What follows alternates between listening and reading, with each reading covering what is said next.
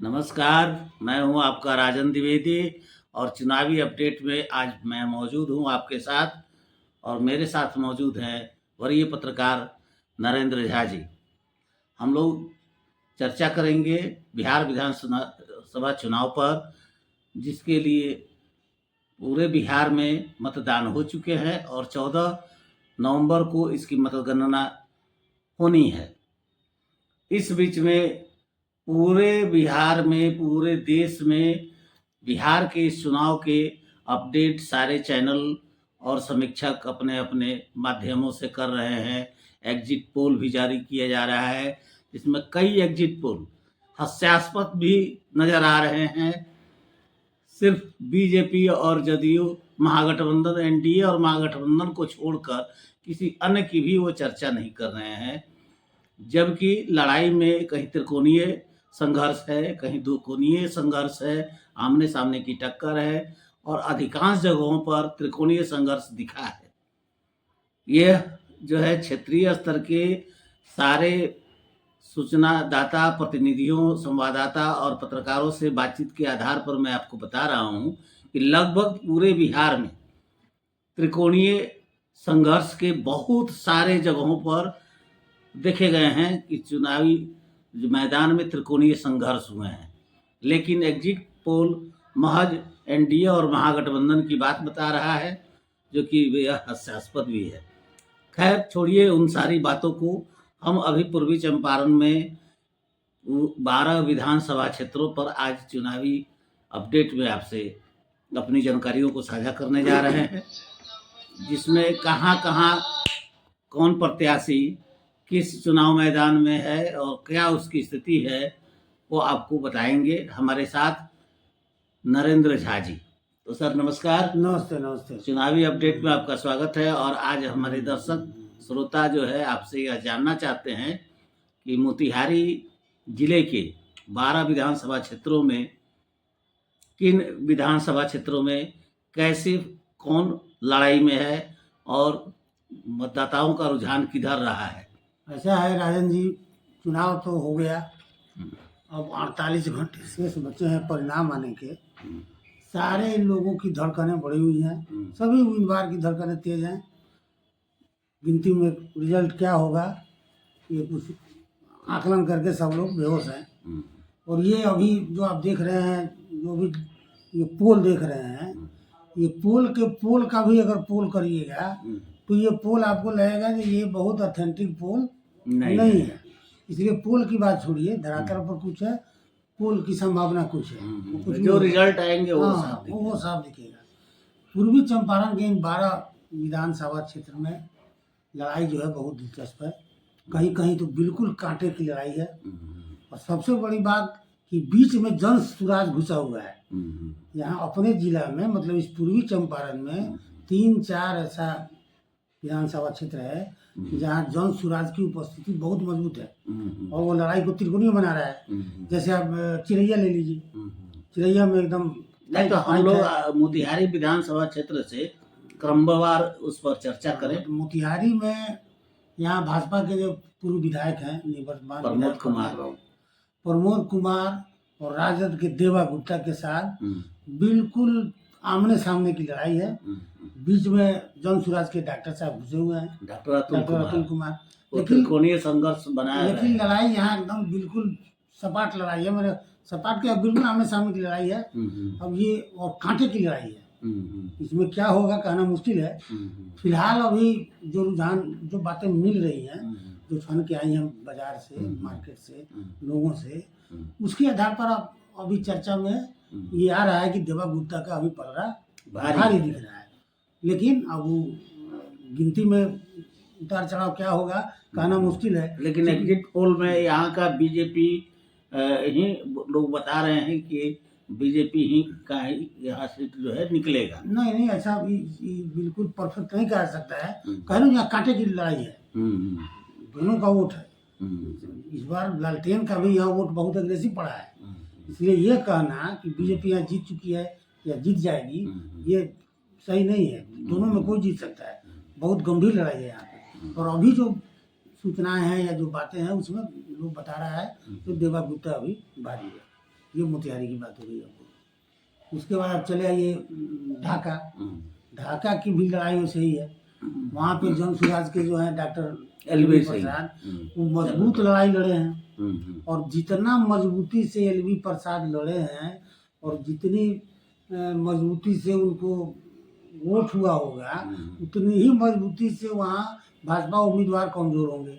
हाँ, वहाँ वो काफी बिल्कुल कमजोर कर रहे हैं, भाजपा को, कमजोर करते हुए दिख रहे हैं पवन कुमार को करते दिख रहे हैं। वहाँ भी राजद और भाजपा में एकदम इसका फायदा सीधा जो है राजद जाएगा राजद प्रत्याशी को मिल रहा है। वहाँ लड़ाई हमने सामने की वहाँ भी है।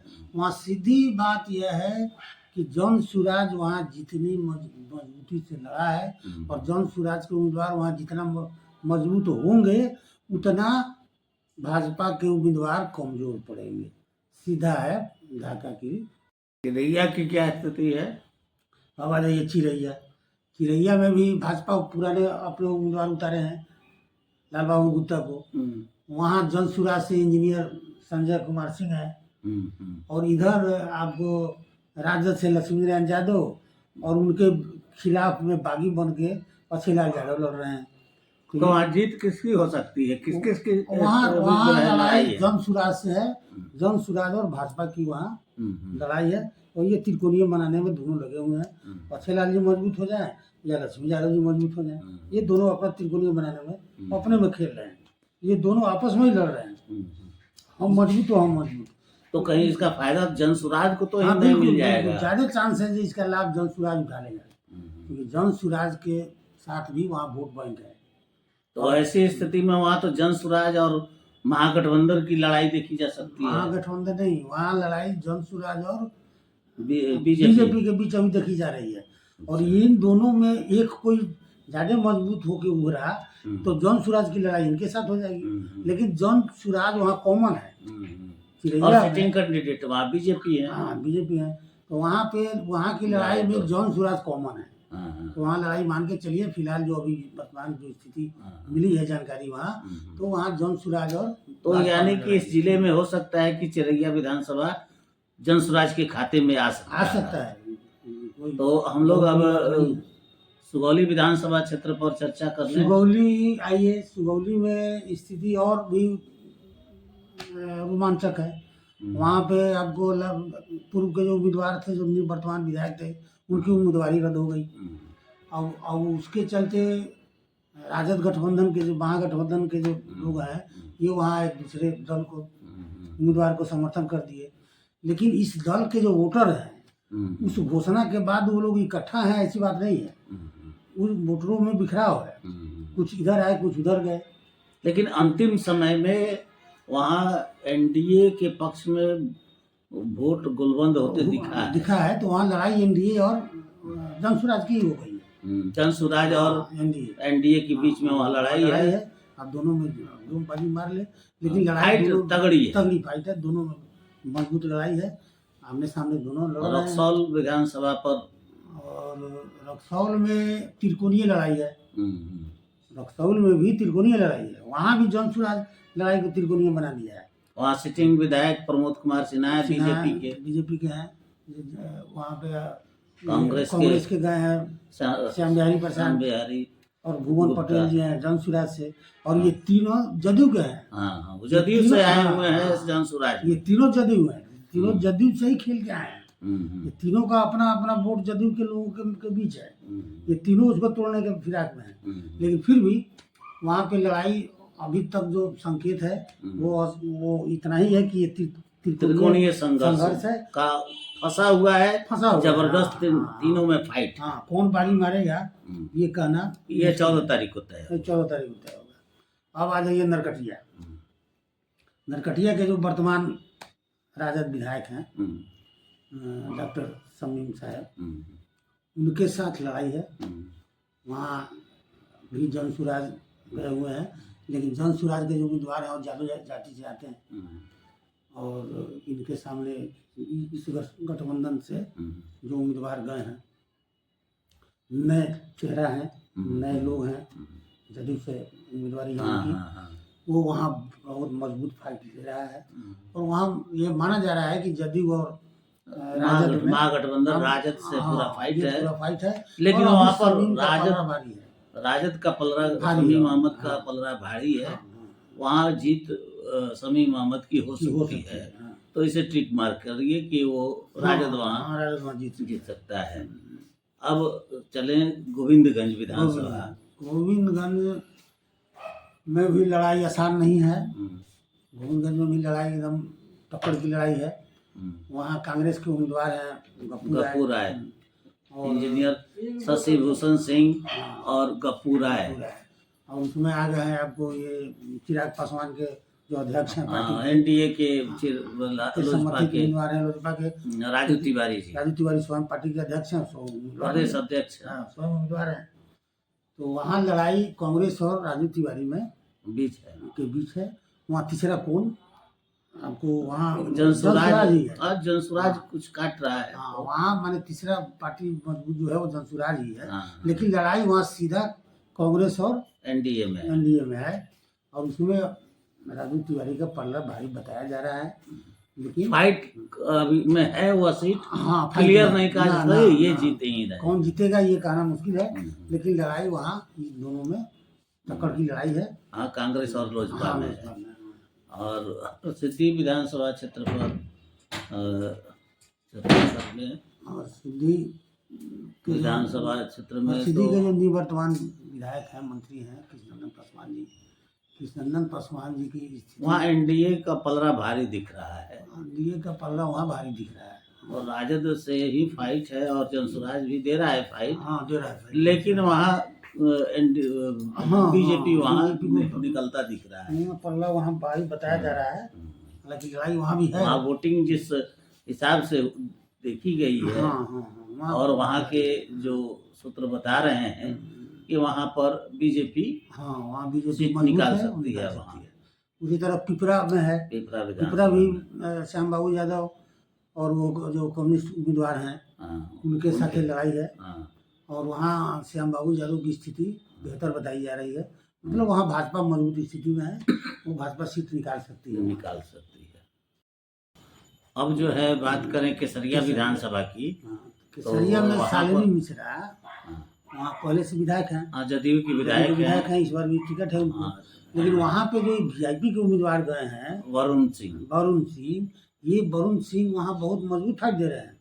हाँ, लेकिन वो डैमेज हो रहे हैं वो निर्दलीय उम्मीदवार से। और जो जनसुराज के पहले जिलाध्यक्ष हाँ, थे अभी निर्दलीय रामचरण यादव खड़े हो गए हैं। खड़े हो गए और हैं। रामचरण यादव बहुत अच्छा खासा वोट वहाँ ले रहे हैं। हम्म, और उस वोट से ये डैमेज हो रहे हैं हम्म, वरुण सिंह। हम्म, हालांकि अपनी स्थिति संभाले हैं, लड़ाई में है।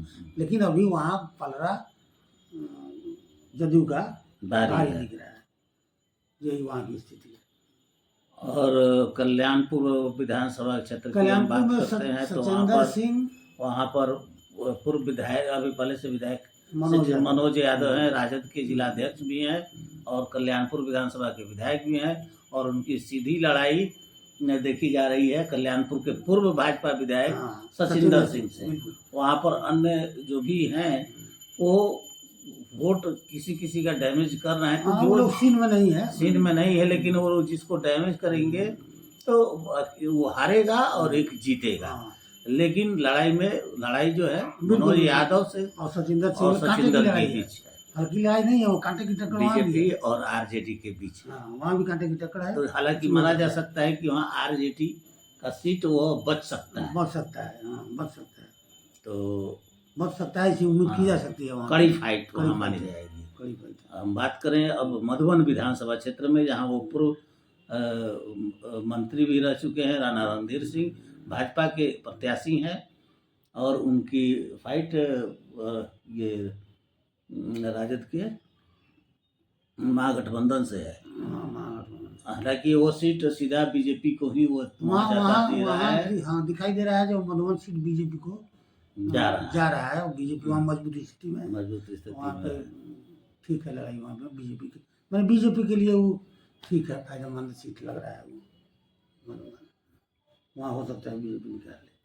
तो लेकिन कुल मिलाकर अब जो है जैसे जैसे मतगणना के दिन नज़दीक हो रहे हैं, महज एक दिन और शेष बचे हैं। परसों मतगणना होनी है, यानी 14 नवंबर को मतगणना होनी है। और जो अपने को लड़ाई में समझ रहे हैं प्रत्याशी, उनकी धड़कनें भी तेज हैं, उनके समर्थकों की भी धड़कनें तेज हो रही हैं कि मेरा उम्मीदवार जीतेगा कि नहीं। पार्टी की भी धड़कनें तेज है और एग्जिट पोल की ओर ज़्यादा वो लोग जो है ध्यान लगा के सुनते नजर आ रहे हैं और उसी से स्व अभिभूत हो रहे हैं कि मैं जीता। एनडीए अधिकांश प्रत्याशी को देखा जा रहा है कि एनडीए सरकार बना रही है, लेकिन ऐसा कुछ नहीं कहा ऐसा जा कुछ नहीं सकता है। इस पोल पर बहुत ज्यादा विश्वास नहीं किया विश्वास जाता नहीं है। किया जा सकता है कि पोल पर, जो जनता का पोल है उस पर ही भरोसा करें, जो वो 14 नवंबर को आएगा। नमस्कार।